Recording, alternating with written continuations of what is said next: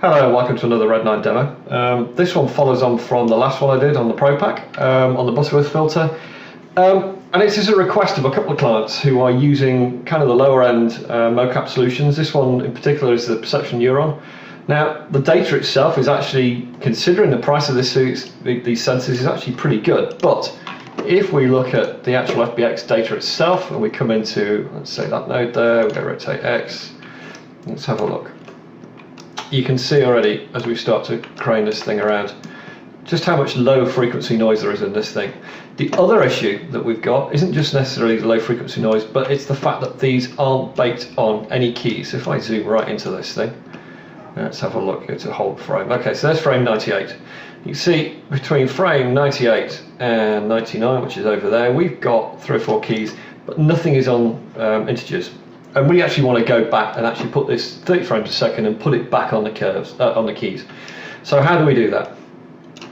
What I'm going to do first is I'm going to just duplicate this because I want to show you the difference between before and afters. So I'm going to duplicate that. I'm going to open up our animation toolkit. I'm going to go to the hierarchy control and set it to skeletons because I'm going to copy the skeleton data from there to there. Select the 2, copy. Didn't do key hierarchy, did I? Hierarchy, copy. So we now should have 2 copies of this thing running. And what we'll do is just push that one over to the side so we can see what's going on. Okay, right. So what I'm going to do is I'm going to open the Butterworth filter, sorry, the animation curve, which is there. And I'm also going to open up our node searcher, which is that one. Excuse me, just there. And I'm going to use this because what I want to do is I want to select all the joints in this hierarchy. This basically processes either what you've got selected in terms of the keys, in terms of the keyframes, or in terms of the objects. So I'm going to select all the objects. So what I want to do is go joints, select all.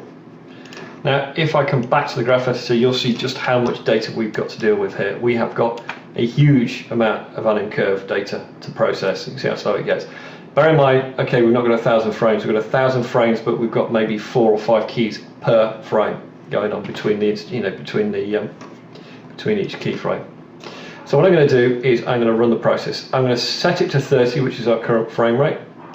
I'm going to go cutoff width down to maybe 2 or 3. I don't particularly want to do a massive smooth on this thing. All I want to do is take the noise out, resample it, and take some of the bigger issues out of this thing. So I'm going to leave it set to that. I'm going to hit process. Now this is obviously dealing with an awful lot of data, so it takes 30 seconds, 40 seconds, something like that. But that's on this amount of data. Okay, let's just draw the curves back. Okay, that's done. Right, so then, if I get rid of this, we get rid of that, let's just have a look at this thing. So this one here is the before, this one here is the after. And we'll start from the scratch, start from the start. Okay. Should have shown you this before really to see some of the noise that's going into this thing.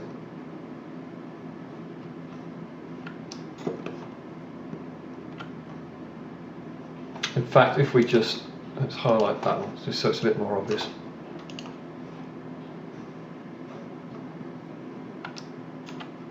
See, we've got popping in some of the nodes there.